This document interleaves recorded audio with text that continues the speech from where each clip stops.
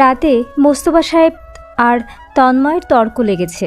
বন্ধ দরজার আড়াল হতে বাপ ছেলের তুমুল কথা কাটাকাটি শোনা যাচ্ছে, তবে ঠিক কী নিয়ে দুজনের ঝগড়া কেউই বুঝতে পারছে না। ড্রয়িং রুমে লাইন ধরে বাড়ির এক একজন দাঁড়িয়ে, সকলেই চিন্তিত। আনোয়ার সাহেব দুবার ভাই ভাই বলেও ডেকে এসেছেন, তাতেও কাজ হলো না কোনো। অপরদিকে জাবেদা বেগম কয়েকবার দরজায় করাঘাত করেছেন, স্বামী বা সন্তান কেউই কোনো প্রকার সাড়া শব্দ করল না। অরু সিঁড়ির ওপরে দাঁড়িয়ে, নিচে নামছে না ভয়ে। আজ সে ঘর থেকেই বেরোতে চাচ্ছিল না। চেঁচামেচির শব্দে বেরিয়ে এসেছে নেহাত, না হলে 2-3 দিন তার ঘরে আটকে থাকার প্ল্যানিং ছিল। এখনও ঠোঁটের গরম আভা যায়নি, ভার ভার লাগছে, ঝিলিক মেরে জ্বলছে ঠোঁটের মধ্যাহ্ন অংশ। এই অবস্থায় সে একদমই তন্ময়ের সামনে পড়তে চায় না। ভাবতে না ভাবতেই হুট করে তন্ময়কে আসতে দেখছে। চোখ মুখ লাল বর্ণ ধারণ করেছে লোকটার, ব্যস্ত ভঙ্গিতে উপরে উঠে আসছে। অরু তাড়াহুড়ো করেও তন্ময়ের চোখের আড়াল হতে পারল না। তন্ময়ের চোখের সামনে পড়ে গেল। লজ্জায় হতভম্ব হয়ে টান টান ভাবে দাঁড়িয়ে রইল। তন্ময় যখন তার কাঁধ ঘেঁষে গিয়েছে, অরুর শ্বাস প্রশ্বাস আটকে গেল গলায়। চোখ বুজে থাকলো শক্ত করে। একই বাড়িতে থাকে তারা, সে কিভাবে অ্যাভয়েড করবে তন্ময়কে? এতটা অসম্ভব, এটা তো অসম্ভব। কিন্তু অরুর লজ্জায় চোখে চোখ রাখার সাহসটুকু পাচ্ছে না। সামনাসামনি হবে কিভাবে? অতিষ্ঠ ভঙ্গিতে চেয়ার ছেড়ে উঠে দাঁড়িয়েছে অয়ন। মাথা ব্যথায় চোখ মেলে তাকাতে পারছে না। বিষদায়ক যন্ত্রণা উপলব্ধি করছে। কপালে আঙুল ঘষে চলেছে। পেইন কিলার খেয়ে নিলে পারফেক্ট হতো, তবে সেটা এখন সম্ভব না। পেইন কিলার নিলে আরামদায়ক ঘুম চলে আসবে দু চোখের পাতায়। আর অয়নের আজ ঘুমানোর কোনো রাস্তা নেই, সারা রাত জেগে কাটাতে হবে। আপাতত একটা গরম কফি লাগবে। রান্নাঘরে পা বাড়ালো, ফ্রিজ থেকে একটা দুধের প্যাকেট বের করে নিয়েছে। নিঃশব্দে চুলায় দুধ বসিয়েছে। মগ চামিচ গুছিয়ে সেখানে কিছুটা কফি, সামান্য চিনি নিয়ে মিক্সিং করে নিয়েছে। দুধ উতলে উঠতেই মগে ঢেলে নিল। নেড়েচেড়ে রেডিমেড শর্টকাট পদ্ধতিতে বানানো কফিতে চুমুক মেরে নিজের রুমের দিকে পা বাড়ালো। সামনাসামনি পড়ল লতা বেগম। তিনি মাত্রই ঘুম ছেড়ে বেরিয়ে এসেছেন। টুকটাক শব্দ শুনে হয়তো। হামি দিয়ে চোখের কোণের বিন্দু ঘুমন্ত জল নিয়ে বললেন, এখনো ঘুমাসনি? এত রাত করে কফি খাবি? ঘুমাবি কিভাবে? ঘুমাবো না মা, কাল আর্টসমিটিক জমা দিতে হবে, ঘুমানোর সময় নেই। মাথা ব্যথা করছে নিশ্চয়, আয় মালিশ করে দেই একটু। না, তুমি গিয়ে শুয়ে পড়ো। অয়ন নিজের রুমে ঢুকে গেল। দরজায় সিটকানি লাগিয়ে চেয়ার টেনে টেবিলের সামনে বসলো। সামনেই মোবাইল ফোন সেট করে রাখা, বলা যায় তার চক্ষুদয়ের সামনেই মোবাইলের স্ক্রিনে ভেসে আসছে সাবিয়ার ঘুমন্ত মুখমণ্ডল। নিবিড়ভাবে আবেশে ঘুমিয়ে পড়েছে। কাঁথা বুক অবধি টেনে নিয়েছে, থুতনি ঝুলে গলায় ঠেকেছে। আধারে তার মায়াবী মুখশ্রীর দেখা মেলা বেশ দায় হয়ে পড়েছে। অয়ন আর্যকে কয়েকবার দেখে অ্যাসাইনমেন্টে মনোযোগ দিল। কিছুটা এঁকে কিছুটা লিখে কফিতে চুমুক বসাচ্ছে। ব্যস্ত ভঙ্গিতে আবারও এক নজর পুনরায় স্ক্রিনে দিয়েছে। তবে একবার স্ক্রিনে নজর রাখলে ফেরানো কষ্টদায়ক বটে। আনমনে মৃদু হেসে বলল, কথার খেলাপ করছো কেন সাবিয়া? তুমি না বললে রাত জেগে আমার উপোক্ত দিতে? মৃদু স্বরে হাসল অয়ন। অধর বেঁকিয়ে চেয়ে রইল ক্ষীণ নজরে। খুব নেশাগ্রস্ত শোনালো তার কণ্ঠেশ্বর। কবে তোমাকে এভাবে নিজের পাশে দেখব? এই দিন আসছে না কেন বলো তো? আমার যে আর তর্স হয়েছে না। অনুভূতি ব্যক্ত করে দীর্ঘ নিঃশ্বাস ফেলল। পুনরায় অ্যাসাইনমেন্টে মনোযোগী হবার প্রচেষ্টায় মত্ত হয়েছে। ঘড়ির কাঁটা ঘুরে এসেছে 5:55-তে। তার অ্যাসাইনমেন্ট শেষ হয়েছে সবে। হাত পা ভেঙে এসেছে। উঠে একটু এক্সারসাইজ করে নিল। উঠবোস করে ফোনটা হাতে নিল। দুষ্টু সুরে বলল, গুড মর্নিং অয়নের প্রিয়সী। অয়নের প্রেয়সীর জবাব নেই। হেসে অয়ন স্ক্রিনে চুমু দিয়ে কল কেটে দিল। এতক্ষণ যাবৎ ঘুমে বিভোর সাবিয়া হঠাৎ করে চোখ মেলে তাকালো। অসম্ভব লাল হয়ে গিয়েছে চোখ জোড়া। চোখের সাদা অংশটুকু লাল শিরায় জমাট বেঁধে গিয়েছে। গাল দুটো ভীষণভাবে জ্বলছে, ঠোঁটের কোণ ঘেঁষে হাসির রেখা ফুটতে চাইছে। সে জেগেই ছিল সর্বক্ষণ। জেগেছিল বললে ভুল হবে, আধ ঘুমন্ত ছিল। অস্পষ্ট ঘুমের ঘোরেই সে সবই শুনেছে, দেখেছে। লজ্জায় চোখ খোলেনি। এতক্ষণ উদ্ভট কর্মকাণ্ড কারখানা করে ছেলেটা যে সাবিয়ার মুখ তুলে তাকাতে অবধি দ্বিধাবোধ করে। অশান্তভাবে ফের চোখ বুঝল। কিছুটা সময় আছে এখনো, ঘুমিয়ে নিবে, না হলে সকালে চোখ খুলে তাকাতেই পারবে না তন্দ্রা কাটিয়ে। তার ঘুমের আবার বেহাল অবস্থা। পর্যাপ্ত ঘুম না হলে মেজাজ খিটখিটে থাকে, সারাদিন মন মেজাজ তেতে হয়ে রয়, আর সেটা সাবিয়া মোটেও চায় না। শীতকালের সময়টাতে অরু জানলা বন্ধ রাখে না, এটা তার বাজে স্বভাব বলা চলে। সুমিতা বেগম সন্ধ্যার পরপরই জানলা বন্ধ করে দিয়ে যান, তবে অরু পরপর আবারও খুলে রাখে। মশার পরোয়া করে না। এভাবেও এ সময়েও এয়ার কন্ডিশনার পড়ে না যে, তাই জানলা সর্বক্ষণ খোলাই রাখা যায়। খোলা জানলার দ্বারা সূর্যের কিরণের প্রবেশ ঘটেছে রুমে। ঠিক অরুর মুখশ্রীর উপর পড়েছে লম্বা সরু উজ্জ্বল কিরণের রেখা। চোখজোড়া কুচকে অরু ঘুরে গেল, তবুও রেহাই নেই এই সূর্যের কিরণ হতে। হাঁসফাঁস করে মিনমিন স্বরে অভিযোগ করল। পিটপিট করে আঁখি দুটি খুলে তাকিয়ে রইল মাথার উপরের সিলিংয়ের পানে। মস্তিষ্ক ফাঁকা। সময় লাগলো মগজ ধোলাই করে সব কিছু ধীরে সুস্থে মনে করতে। গতরাতে সেসব মনে পড়তেই চোখ শক্ত করে বুজে ফেলল। বিছানা ছাড়ার কোনো লক্ষণ দেখা গেল না তার মধ্যে। ঘড়ির কাঁটা 7টায় ঘুরছে। তন্ময় এখনও বেরোয়নি। সে 8টায় ব্রেকফাস্ট করবে, 8:30-এর মধ্যে বেরোবে। তার মানে তন্ময়ের সামনে পড়তে না চাইলে 1.5 ঘন্টা নিজেকে এই রুমে বন্দি করে রাখতে হবে। পরপর মগজে আসলো আজ তো শুক্রবার, শুক্রবার তো ছুটির দিন, তার মানে তন্ময় বাড়িতেই থাকবে। অরু চোখ মুখ কুঁচকে মুখ বালিশে গুজে আর্তনাদ করে উঠল। কিভাবে সামনাসামনি হবে? ঠিক এই সময় দরজায় করাঘাতের শব্দ। দীপ্ত উচ্চ স্বরে ডেকে চলেছে, আপু, এই আপু, বড় মা ডাকছে। অরু দাঁতে দাঁত চেপে মরার মতো পড়ে আছে, সারা শব্দ করছে না। তবুও দীপ্ত উচ্চস্বরে ডেকে যাচ্ছে, তার থামার নামগন্ধ নেই। একসময় দীপ্তর ডাকাডাকি থেমে গেল। দীর্ঘ নিঃশ্বাস ফেলবে এর পূর্বেই তন্ময়ের ডাক। অরু হুড়মুড়িয়ে উঠে বসলো। চোখ দুটো তার বড় বড় হয়ে গেল, শ্বাস ফেলতেও ভয় হচ্ছে। দ্বিতীয়বার তন্ময়ের কণ্ঠ ভেসে আসতেই নড়ে চড়ে উঠল। এত ডাকাডাকির কি আছে? না পেরে অরু জবাব দিল, নিচে। আচ্ছা। দ্রুত পায়ে বিছানা ছেড়ে ওয়াশরুমে ঢুকে গেল।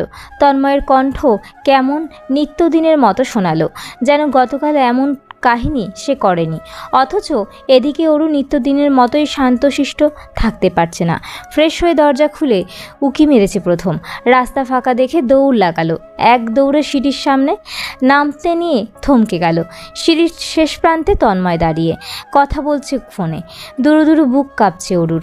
লজ্জা সংকোচ বোধ তাকে ঘিরে ধরেছে। অন্যার কোনা মুঠো করে ধরে রেখেছে। নিজেকে স্বাভাবিক করার পর্যাপ্ত চেষ্টা করছে, কিন্তু পারছে না। মাথা নত করে সিঁড়ি বেয়ে নামতে গিয়ে উষ্টা খেলো। পড়তে গিয়ে কোনো মতে নিজেকে সামলে নিল। লজ্জায় মাথা কাটা গেল তার। উষ্ট খাবার সময়ও কি আর ছিল না?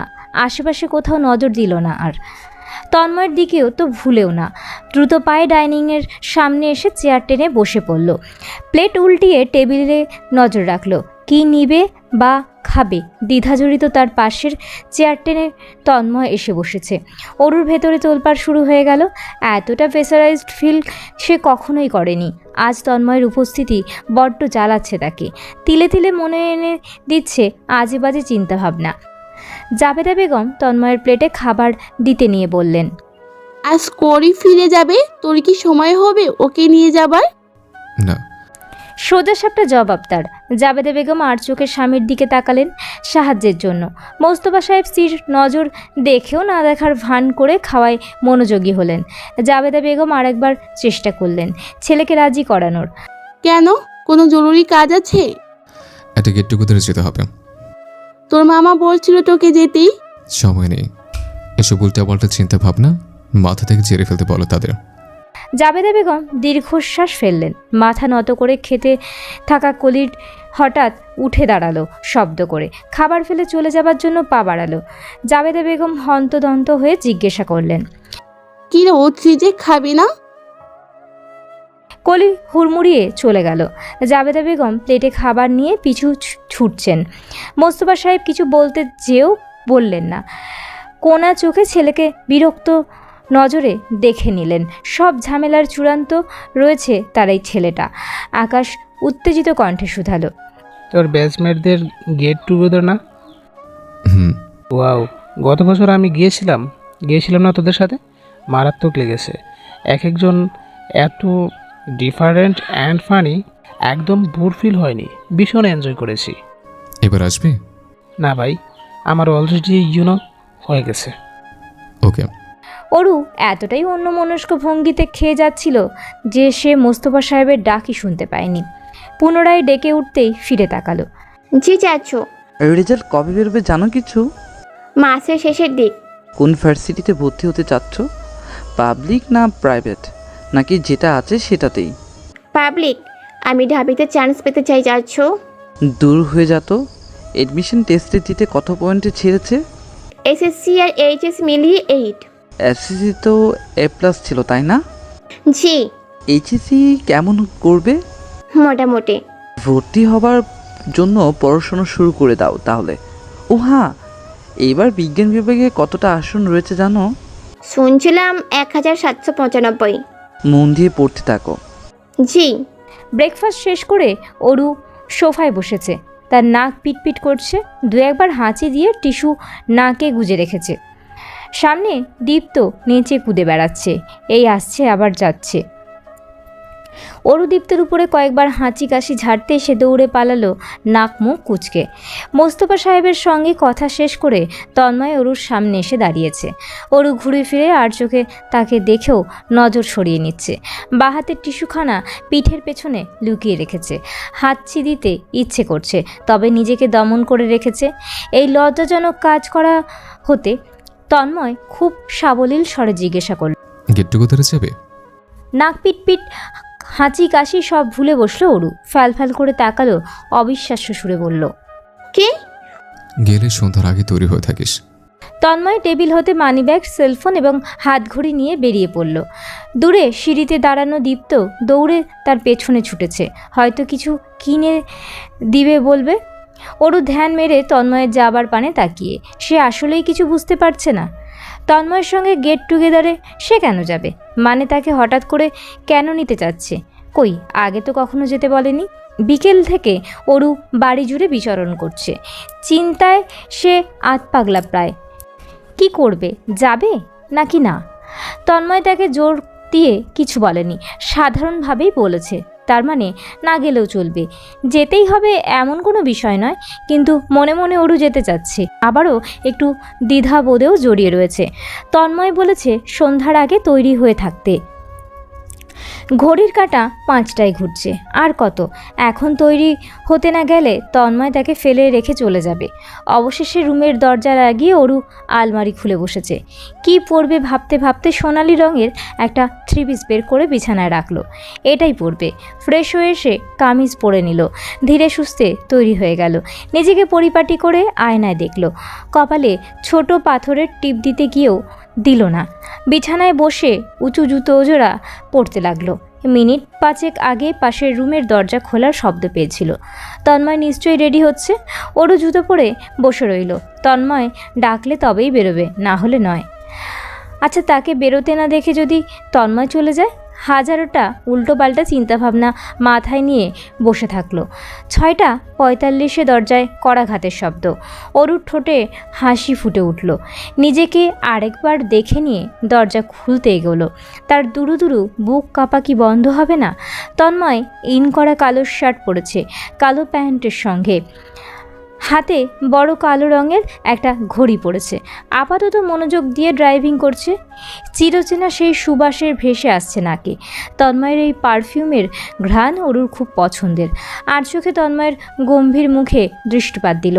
তার চোখজোড়া অন্যমনস্ক ভঙ্গিতে তন্ময়ের পাতলা ঠোঁটের চলে গেল। গরম মুখ দিয়ে গরম মুখ নিয়ে মুহূর্তেই অন্য পাশে ফিরল। ধুকপুক শুরু হয়েছে ভেতরে। নিস্তব্ধ গাড়ির মধ্যে তন্ময়ের পাশে বসে থাকাটাও দায় হয়ে দাঁড়িয়েছে। ওরও শুনেছে তারা ধানমান্ডি 33-এ যাচ্ছে। মোবারক রেস্টুরেন্টের ছাদ বুক করা, সেখানেই গেট টুগেদারের আয়োজন করা হয়েছে। সে ভীষণ নার্ভাস, কপালে বিন্দু বিন্দু ঘাম জমেছে, তার নাকের ডগায়ও বিন্দু ঘামের দেখা মিলছে। ঘন ঘন শ্বাস নিচ্ছে। তন্ময় অরুর পাশে কাঁচ নামিয়ে দিল, সঙ্গে সঙ্গে দমকা হাওয়া ছুঁয়ে দিল অরুকে। পর্যাপ্ত শ্বাস প্রশ্বাস নিয়ে নিজেকে শান্ত করলো। আর চোখে তন্ময়ের দিকে তাকালো, মিনমিন সুরে বলল, অনেক মানুষ থাকবে সেখানে, আমার যাওয়াটা স্বাভাবিক দেখাবে কি? গেলে বুঝবে। এটা কোনো সুন্দর উত্তর হতে পারে? একদম নয়, ফালতু ছোট লোকে উত্তর। এত বড় বন্ধু বান্ধবদের গেট টুগেদারে তাকে কেন নিচ্ছে? অরুকে বিষয়টি এতটাই ভাবাচ্ছে যে তন্ময়ের করা গতকালের কীর্তিকলাপের বিষয় ভুলে বসলো। রেস্টুরেন্টের পাশে গাড়ি পার্কিংয়ের ব্যবস্থা রয়েছে, সেখানে গাড়ি পার্ক করে বেরিয়ে এসেছে তন্ময়। পরপরই অরুও বেরোলো। খুঁড়িয়ে খুঁড়িয়ে তন্ময়ের পিছু হাঁটছে, চারপাশে নজর বোলাচ্ছে। খুব সুন্দর পরিপাটি পরিবেশ চারিপাশে। অরু মার্জির সঙ্গে কম বেশি অনেক রেস্টুরেন্টে গিয়েছে, তবে এটাই কখনো আশা হয়নি। কিন্তু পরের বার মার্জিকে নিয়ে ঠিক আসবে। এই রেস্টুরেন্টের খোলামেলা পরিবেশ তার ভীষণ পছন্দ হয়েছে। সদর দরজার সামনে দারোয়ান। তন্ময়ের সেলফোন বেজে চলেছে সমানে। এতক্ষণ যাবৎ একটাও কলও রিসিভ করেনি, এবার রিসিভ করলো। হুঁ হ্যাঁ করে রেখে দিল। ঘুরে তাকালো। অরু এখন তার থেকে 5 হাত দূরে। ধীরে সুস্থে হাঁটছে নাকি দ্রুত বুঝতে পারল না, তবে অরুর মতে সে দ্রুত হাঁটছে। হাঁটছে বললে ভুল হবে, দৌড়াচ্ছে এক প্রকার। তাও তন্ময়ের পাশাপাশি থাকতে পারছে না। তন্ময়ের কাছাকাছি আসতেই তার কাঁধ পেঁচিয়ে ধরল তন্ময়। অরু কিছুটা কেঁপে উঠে অবাক দৃষ্টিকে নিয়ে সামনে অগ্রসর হতে নিয়ে বসল। ওরা ফান লাভিং পার্সন, আবল তাবল বকে, সেগুলো কারণে ওর প্রয়োজন নেই। খারাপ লাগলে আমাকে জানাবে, বোঝা গেল? অরু মাথা দোলালো, ছটফট করে রয়ে গেল তন্ময়ের বাহুতে। এক অদ্ভুত প্রশান্তি অনুভব করছে, উপলব্ধি করছে মানুষের চাহনি। ভীষণ লজ্জাও লাগছে বটে। এভাবে ধরে হাঁটার কি আছে? মানুষজন নিশ্চয়ই ভাববে তারা প্রেমিক প্রেমিকা। আসলেই কি? তন্ময় তো স্বীকারোক্তি দিয়েইছে তার জীবনের একমাত্র নারী শুধু অরু। তার মানে দাঁড়ায় তন্ময় তো তার প্রেমিক। ভাবতেই অরুর মন আকাশে উঠতে লাগলো ডানা মেলে। সে কখনোই কল্পনা করেছে কি তার এই সুন্দর ভাই তার প্রেমিক হয়ে যাবে? অরু মিটিমিটি হেসে তাকালো, দেখলো তন্ময় তার দিকেই তাকিয়ে আছে। অরুর হাসি গায়েব হয়ে গেল তৎক্ষণাৎ। তন্ময় আগ্রহী স্বরে জিজ্ঞাসা করল, কি ভাবছিস?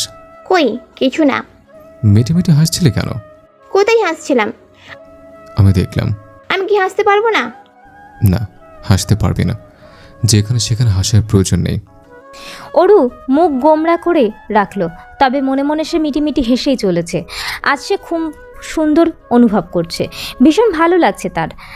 সাথে একটা বাজে রকমের ইচ্ছেও জেগেছে মনে, তন্ময়কে শক্ত করে জড়িয়ে ধরতে যাওয়ার ইচ্ছে। ছাদে পা রাখতেই দেখতে পাওয়া যাবে পাশে সবুজ বোর্ডে বড় বড় অক্ষরে লেখা রয়েছে গ্রিনল্যান্ডে স্বাগতম। নামটির যথার্থ পরিচয় দিয়েছে ফ্লোরে সবুজ ঘাসের মেলা। বোঝার উপায় নেই যে এখানে প্লাস্টিকের ঘাসের ব্যবহার হয়েছে। দেওয়ালেও সমান তালে ঘাসের ব্যবহার। মধ্যখানে 2 লাইন গেথে বড় বড় 2টো টেবিল গিয়েছে। আসন দেওয়া হয়েছে মোট 40 জনের। ড্রাম, গিটার, এমন নানান ধরনের বাদ্যযন্ত্র রয়েছে আশেপাশে। গোল কুশন বালিশগুলোর মধ্যে ছড়িয়ে ছিটিয়ে বসে আছে অনেকেই। এতগুলো অজানা মানুষ একত্র দেখে অরু হকচকিয়ে গেল। সেই মানুষগুলোর নজর তন্ময়ের উপর পড়তেই এক একজন চিৎকার চেঁচামেচি শুনে তন্ময়ের পেছনে চলে। ভয়ে ধকধক করছে ভেতরটা, এক প্রকার গুটিয়ে গিয়েছে সে। এমন হট্টগোলে মোটেই আশা করেনি। 12-14 জন পুরুষ হবে একত্রে, এবং প্রত্যেকজন স্যুট কোট পরে। এক একজন পুরুষের পাশে সুন্দরী নারী দাঁড়িয়ে, বোঝাই যাচ্ছে তাদের জীবন সঙ্গিনী। তারা দিব্যি তন্ময়কে দেখে উঠে দাঁড়িয়ে উচ্চস্বরে ডেকে চলেছে, এই আমাদের চ্যাম্প চলে এসেছে, সাইড সাইড জায়গাটা দেন। এত বড় তন্ময়, এতটুকু জায়গায় আটবো তো? এই ব্যাটারটা এত বড় তন্ময় মানে তোরটা কি ছোট? এই যে বড় তন্ময় চাচা, দেখে নেন চোখ খুলে, ঠিক কে আগে অশ্লীলতা শুরু করেছে। চোখ খুলে দেখে নেন সবাই, মাহিন্না শুরু করেছে। আমি আবার সবসময় অশ্লীলতা খেতাবে অংশগ্রহণ করতে চাই না। এই মাদার বোর্ড, তুই এত বড় বলতে কি বোঝাচ্ছিস এটা আগে বল। এত বড় মানে এত বড়, বিগ বিগার বিগ। শালা অশ্লীল, তুই দেখে আসছস বিগ না স্মল গে একটা? এই খবরদার, মুখ সামলে কথা বলবি ছোট মিয়া। আহিস, দেখবো ছোট না বড়, একদম খুলে। অরু ফ্যালফ্যাল নয়নে এক একজনের কথাবার্তা শুনে যাচ্ছে। ভীতু সে, একটি কথার মানেও বুঝে ওঠেনি।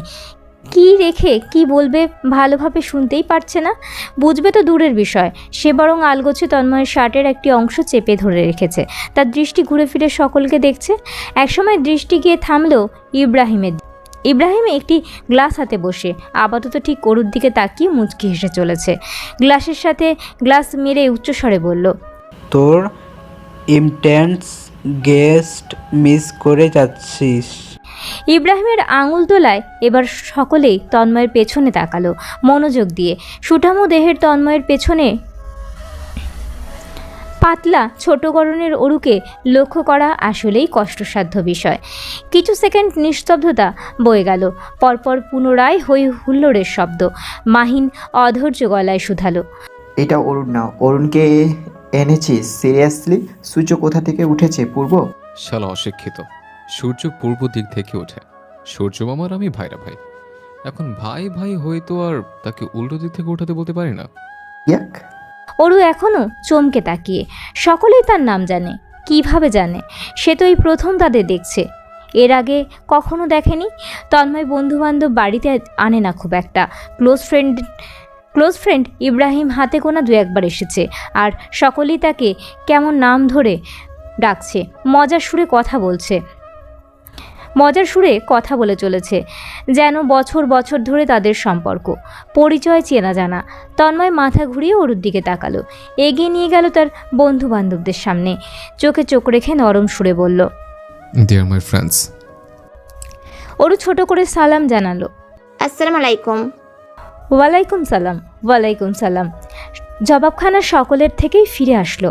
তন্ময় একটি কুশান এগিয়ে দিয়ে বসতে ইশারা করলো অরুকে। অরু বসলো জড়সড় হয়ে। তার পাশেই তন্ময় বসেছে ছুঁই ছুঁই হয়ে।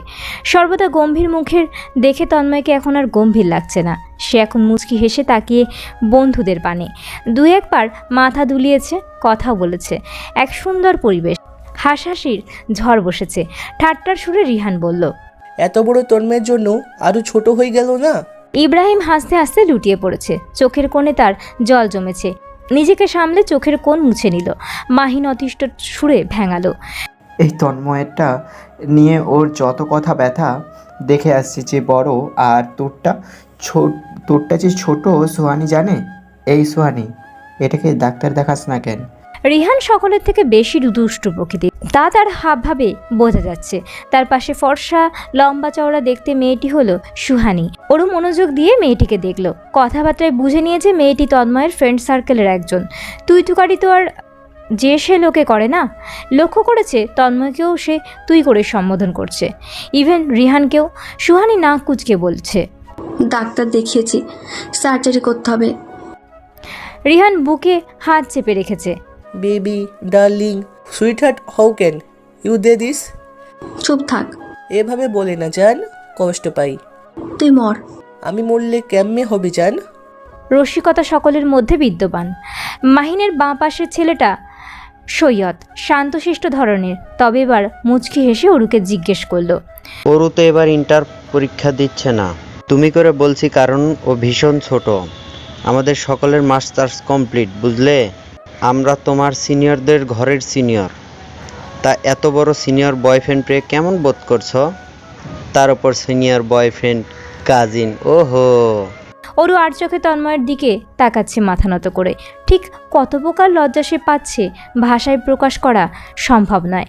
রীতিমতো গালে গরম আভাস পেয়ে চলেছে, মাথা তুলে তাকাতে পারছে না। তন্ময় ঠোঁটে স্মিত হাসি রেখে আছে। অরু খুব সময় নিয়ে নিচু স্তর স্বরে বলল, জি, ইন্টার দিয়েছি। বি কমফোর্টেবল অরু, আমরাই তো। সৈয়দের পাশে রুবেল বসে সে শুধু হেসেছে এবং টুকটাক মতামত দিয়েছে। সেও কথা বলল, এমন সুন্দরী শান্তশিষ্ট পিচ্ছি কাজিন আমাদের নেই কেন? তাহলে তো আর মেয়ে খুঁজতে হতো না। বাচ্চাকাল থেকে পড়িয়ে শিখিয়ে নিজের মতো বুড়ো করে বিয়ে করে ফেলতাম। কাজিনগুলো সব বিয়ে শাদী করে আঙ্কেল বানিয়ে ফেলছে। সব লাগ তন্ময় চাচার। অরু টান টান হয়ে বসে ঘন ঘন তন্ময়ের দিকে তাকাতে ইচ্ছে করছে, কারণ তন্ময়ের হাত তার পিঠে একটু পরপর বুলিয়ে দিচ্ছে, যেমন শান্ত করছে অরুকে। কিন্তু অরুর তো অস্বস্তি হচ্ছে না, একটু লজ্জা এবং ভয় লাগছে, তেমন ভালোও লাগছে। ইব্রাহিম শব্দ করে হেসে উঠল। শান্ত, তাও ওরু অসম্ভব। হানি হেসে শুধালো, অনেক দুষ্ট নাকি? দুষ্টু না, দুষ্টুর নানি তনয়কে নাকে দড়ি লাগিয়ে ঘুরায়। অচেনা মানুষদের সামনে এমন পুতুল সেজে থাকে, কিন্তু বাড়িতে ও একটা জলজ্যান্ত জ্বালানি। অরু লজ্জায় মাথা নত করে রেখেছে, মনে মনে ইচ্ছে মতো বকে দিল। পেনিক একবার সামনে ইতর বাটপার একটা। মাহিন ইন্টারেস্ট নিয়ে জিজ্ঞাসা করলো, সত্যি নাকি তন্ময়? তন্ময় উচ্চস্বরে হেসে উঠল। হাসির শব্দে অরু ফ্যাল ফ্যাল নয়নে তাকালো। বন্ধুদের সঙ্গে তাহলে তন্ময় এমন থাকে? কতটা সুন্দর লাগছে তার আইডিয়া আছে লোকটার। অরুর বুক দূর দূর করে কেঁপে উঠছে, বুকে অশান্তি অনুভব করছে। এভাবে তার সামনে কেন হাসে না? এই যে হেসেছে বলেই গহ্বরে হারিয়ে গিয়েছে মায়াবী চোখ দুটো। ঠিক কতটা সুন্দর দেখাচ্ছে তা তো অরুর ভালোভাবেই দেখতে পারছে না। তন্ময় হেসে দুরন্তপনায় ঘেরা ড্রামা বা মুভিজ দেখতে হয় না, she is enough. Drama queen? আহা, লটারি জিতছস দোস্ত। অরু অন্যমনস্ক হয়ে পড়েছিল। সুহানির কথায় পুনরায় লজ্জায় হতভম্ব হয়ে গেল। পরপর বন্ধুদের মধ্যে আলাপ আলোচনা শুরু হয়েছে, নানান রকমের বিষয় নিয়ে কথা বলছে। অরু মনোযোগ দিয়ে শুনছে। একসময় ওয়েটার এসে ড্রিঙ্কস দিয়ে সে ম্যাজেন্টা নিয়েছে, ধীরে সুস্থে একটু একটু করে খেয়ে চলেছে। এর মধ্যে সুহানি এবং উপস্থিত কিছু মেয়েদের সাথে তার কথাবার্তা হলো। তাদের কথায় অরু বুঝতে পারল তারা সবাই তাকে চিনে। তন্ময়ের সেলফোন থেকে নাকি ছবি দেখেছে, মজার মজার অনেক ইনসিডেন্টও শুনেছে। অরু বাকরুদ্ধ হয়ে পড়ল। নাহিন দুষ্টু সুরে বলল, তোমাকে মজার একটা বিষয় বলি অরু। তখন আমরা মাস্টার্স প্রথম বর্ষে তন্ময়কে আমাদের ক্লাসে লিডার তন্নি প্রপোজ করে। মাঠে ভরা জনগণ, পাবলিক প্রপোজ, বুঝো তো, পাবলিক প্রপোজ করে বসে। সে কি কাণ্ড, ভাবতেই হাসি চলে আসছে। বলেই অট্ট হাসিতে ফেটে বলল। তার সঙ্গে বাকিরাও যোগদান করেছে, কিন্তু অরুর অধীর আগ্রহে অপেক্ষা করছে বাকিটা শোনার জন্য। বাকিটা আমি বলি শোনো। তন্ময় খুব নিট অ্যান্ড ক্লিন, এটা আমরা সকলেই জানতাম। ও আগে থেকে ছোট্ট গার্লফ্রেন্ডের বাড়িতে বড় করেছে, তা তো আর তন্নি বেচারি জানে না। ও তন্ময়ের পেছনে আঠার মতো লেগে পড়ল। কি খাটনি না খেটেছিলাম শিবা মেয়েকে সরাতে। অরু চোখ মুখ অন্ধকার করে তন্ময়ের দিকে তাকালো। তন্ময় জিজ্ঞেস করলো, খারাপ লাগছে? না। ডিসকমফোর্ট ফিল করলে জানাবে। নাহিন দীর্ঘশ্বাস ফেলে বলল, হাউ কিউট, এ কেয়ারিং তন্ময়কে আমি প্রথম দেখছি। মিটু, আমিও। অরুর বলতে ইচ্ছে করলো সেও এই প্রথম দেখছে এমন কেয়ারিং হাস্যোজ্জ্বল সুন্দর তন্ময় আগে দেখেনি বললে ভুল হবে, খেয়াল করেনি। মাহিন তন্ময়কে উদ্দেশ্য করে বলল, এই তুই এভাবে তুই তাকারি করছিস কেন অরুকে? অভ্যাস। তন্ময়ের ছোট জবাব। থেমে গেল, আবারও বলল, পরিবর্তন করা যাবে বলে মনে হয় না। জানটান ডাকিস না। না মানে কেন, নিকনাম দিস নাই? অরু লজ্জায় পুনরায় হতভম্ব হয়ে রইল। তন্ময় আগেই যে ওয়ার্নিং দিয়েছিল তাকে, তার যথাযথ কারণ রয়েছে বলে মনে হচ্ছে অরুর। বন্ধুদের মস্করারগুলোর তন্ময়কে ইজিলি হ্যান্ডেল করছে। যে যা বলছে সেটাই মেনে নিচ্ছে, জবাব দিচ্ছে। অরু চুপচাপ জড়সড় হয়ে সকলের আলাপ আলোচনা শুনে গেল। ডিনার শেষ করে সকলে পুনরায় শুয়ে বসে রয়েছে। মজা মস্তি থামেনি তাদের এক সেকেন্ডের জন্য। কিছুক্ষণ পর রুবেল গান নিয়ে কথা তুলেছে। ব্যাস, সকলের রিকোয়েস্ট মেনে রিহান গান গাইল সুহানির জন্য, একটি বাংলা রোম্যান্টিক গান। অরু সমানে হাতে হাত ছুঁয়ে তালি দিচ্ছে, লাজুক এসে মনোযোগ সহকারে শুনছে। কি সুন্দর গেয়েছে, নিশ্চয়ই প্রায়শই গান গায় তারা। গান শেষ হতেই একসময় রূপম বলল, অরু তোমাকে তন্ময় গান শুনিয়েছে তো? অরু প্রায় সময় শুনেছে তন্ময় ভালো গান গায়, গিটার বাজাতে পারে, কিন্তু কখনো শোনেনি। অরু মাথা নাড়ালো, শোনেনি। মাহিন চেঁচিয়ে উঠল, কি বলো, তোমাকে না সোয়ানি? পৃথিবীতে এমন প্রেমিকা আছে নাকি যে নিজের প্রেমিকাকে গান শোনাও না? আরে ওদের বিষয়টা তো ভিন্ন ও অন্যদের থেকে। দে আর কাজিনস। তাতে কি, কাজিনদের চান্স আরও। হাও মামা, এই ব্যাটা চল তাড়াতাড়ি গান গেয়ে শোনা একটা অরুকে। তুমি শুনতে চাও তো অরু? চুপসে গেল অরু। সকলের নজর তার উপর, এমনকি তন্ময়েরও। সেও তাকিয়ে তার রায় জানার জন্য। লজ্জায় এখান থেকে অরুর লাফিয়ে উঠে যেতে ইচ্ছে করছে, কিন্তু সে তন্ময়ের মুখে গানও শুনতে চায়। অবশেষে হালকা মাথা দোলালো। মুহূর্তেই রিয়ান তার হাতের গিটার ছুঁড়ে মারে তন্ময়ের দিকে। ইব্রাহিম উৎসাহ দিল। চল শুরু কর। তন্ময় গিটার হাতে মাথা নত করে গিটারের টুংটাং শব্দ করছে। অরু ধ্যান মেরে তার দিকে তাকিয়ে বুকের ভেতরে তোলপাড় শুরু হয়েছে। ঠিক কতটা এক্সাইটমেন্ট তার ভেতরে কাজ করছে ভাষায় প্রকাশ করা সম্ভব নয়। সে কখনো কল্পনাও করেনি তন্ময় তার জন্য গান গাইবে। গম্ভীর তন্ময়কে এভাবে কল্পনা করার সাহস সে জীবনেও পায়নি। পরিবেশ শান্তশিষ্ট হয়ে গেল মুহূর্তেই। কোনো শব্দ নেই, সকলে নিশ্চুপ হয়ে রয়েছে। তবে ঠোঁটে মৃদু হাসি। মাহিন আঙুলের সাহায্যে শীষ বাজিয়েছে দুবার। ইব্রাহিম মোবাইলে ক্যামেরা অন করে দিয়েছে। তন্ময়ের ভারী গম্ভীর কণ্ঠের স্বর ধীরে শোনা গেল। चाहे कुछ न कहना, भले चुप तू रहना, मुझे है पता तेरे प्यार का खामोश चेहरा, आंखों पे पहरा, खुद है गवाह तेरे प्यार का। तेरी झुकी नजर, तेरी हर अदा मुझे कह रही है दास्ता। कोई शख्स है जो कि इन दिनों तेरे ज़हन दिल पे है छा गया।